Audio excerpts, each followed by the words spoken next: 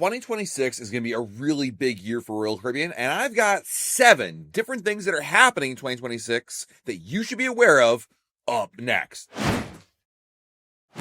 Hey everyone, it's Matt from RoyalCaribbeanBlog.com. If you're like me, you're always excited for what's new and ahead, and I think Royal Caribbean has some really big plans for 2026. Some big changes are coming, things you should know about, and so today, we're going to break down the biggest changes coming in 2026 so you can start preparing for it now. Starting with number 1, a big change to Royal Caribbean's points loyalty system. Coming in early 2026 will be a new program called Points Choice. Not really a new program as it is a new option, essentially. But what it's going to make happen is it'll allow you to be able to go on a Royal Caribbean, Celebrity, or Silver Sea cruise and use your points interchangeably to be able to earn points for one program. What I mean by that is today, if you go on a Royal Caribbean cruise, you only earn points towards Royal Caribbean's Crown and Anchor Society. If you go on a Celebrity cruise, you earn points for the Captain's Club. That makes sense. They're separate silos of points. But beginning in 2026, the new Points Choice program will allow you to earn points from one cruise line and apply it back to the program of your choice.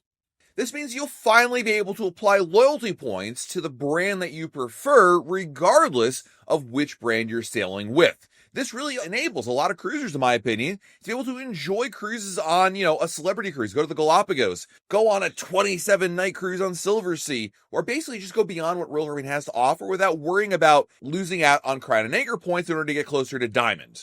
The new Points Choice program will only apply for sailings going forward, so it will not apply to any cruises you've taken in the past on a different brand, and it'll only apply to cruises departing on or after the launch date of the new Points Choice program, which we don't know yet as of the recording of this episode. Lastly, while this new Points Choice program is I think a big enhancement because it allows you to try other cruises within the Royal Caribbean Group brands without losing out on Crown and Anchor points, it doesn't mean any changes to the actual programs themselves. The benefits will remain the same for Crown and Anchor Society, Captain's Club, and the Venetian Society. The new program will debut sometime in early 2026, and we'll have more details here on the channel about exchange rates, eligibility, and program rules. The number 2 change is a really big one, and that is the launch of Legend of the Seas. When you get a brand new cruise ship, it's always a big deal, and we're going to get one in 2026 with the launch of Legend of the Seas. The 3rd Icon-class ship will have its first sailing July 11th, 2026, and will sail in the Mediterranean for the summer season. Then, Legend moves across the Atlantic to Port Everglades, aka Fort Lauderdale, and will spend the winter over there with its first North American sailing November 9th. Now, of course, anytime Royal Caribbean launches a new ship, even though this is the 3rd in the Icon class, there's always going to be some changes, things that are really going to stand out about this ship. We're getting Roald Dahl's Charlie and the Chocolate Factory musical as the featured show on here. This is actually a Broadway musical being brought on board.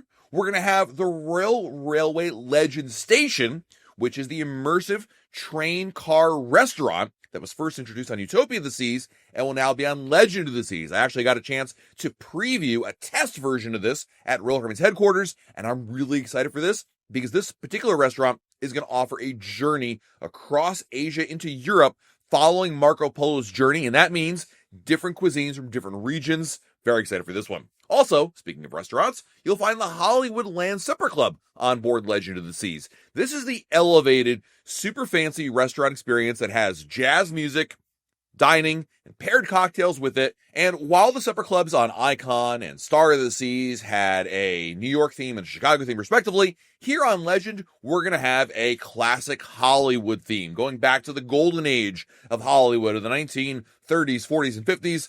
I'm loving this idea.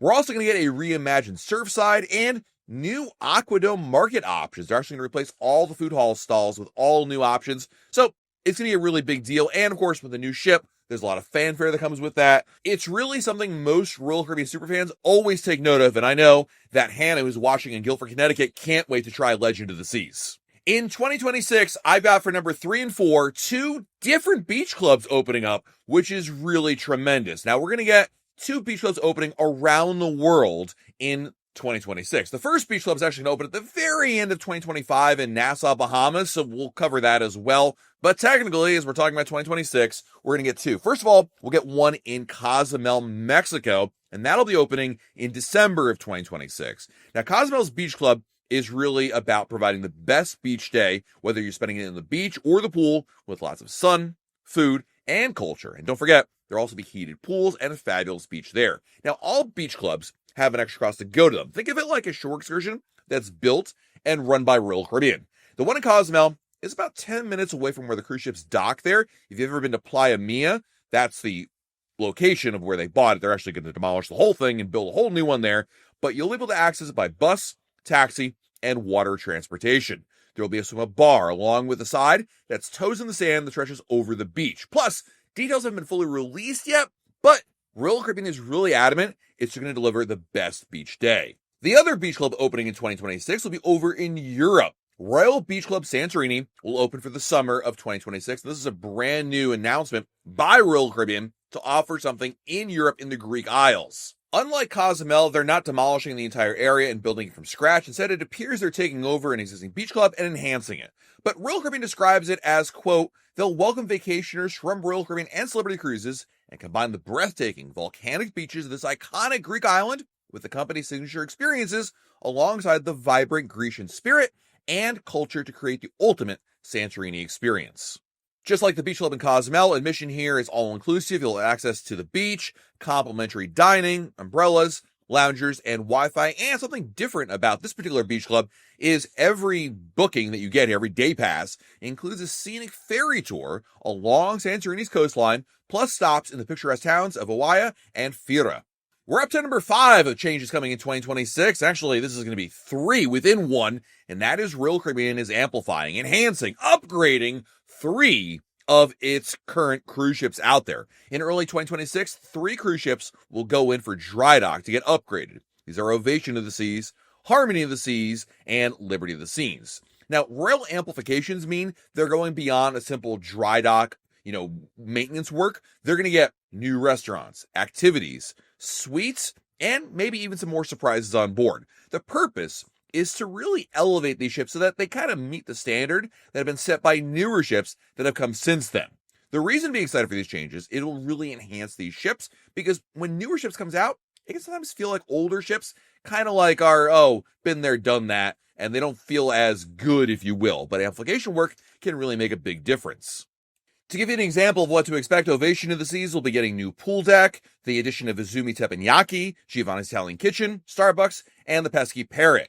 Over at Harmony of the Seas, you're going to be getting a refreshed solarium, lime and coconut bar, the addition of El Loco Fresh, Pesky Parrot, Playmakers, and even an ultimate family suite. And then on Liberty of the Seas, you're going to be getting, of course, a new pool deck as well, the addition of lime and coconut, El Loco Fresh, Izumi Teppanyaki, and even an escape room on board. It appears the work on all 3 ships will be happening sometime in the spring, so basically by summertime, you'll be able to enjoy those new upgrades. And then we have a change that I hope will happen in 2026, and that'll be return to Labadee. We're crossing our fingers here at Royal Caribbean Blog that Royal Caribbean ships will be able to return to Labadee at some point in 2026. As you may or may not know, Royal Caribbean has halted all visits to its private beach spot in Haiti since April of 2025, and they're canceled all the way through at least May 2026. Now, the issue here is not so much anything happening in Labadee, but what's happening in the country, because there's a lot of violence going on right there. It's something that's been an issue for a long time, but it got really bad in Haiti with civil unrest, and Royal Caribbean feels that it's best to skip its visits until the situation improves.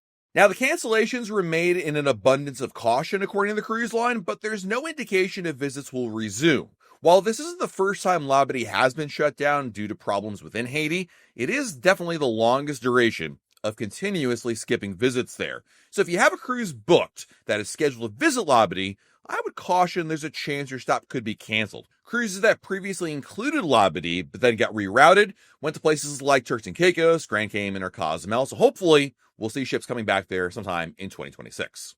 And the last thing you really should know about cruises in 2026 will be a new homeport in Southern California. And I'm pretty excited about this because Royal Caribbean is going to start sailing from San Diego. Beginning in October of 2026, Serenade of the Seas will offer a variety of sailings down to Ensenada, Mexico, and the Mexican Riviera. Serenade will also visit La Paz, which will be a new stop for the line. Up until now, Royal Caribbean has only used LA, aka San Pedro, as its home port in California, so there'll be a new option for folks on the West Coast to enjoy cruises down to the Mexican Riviera.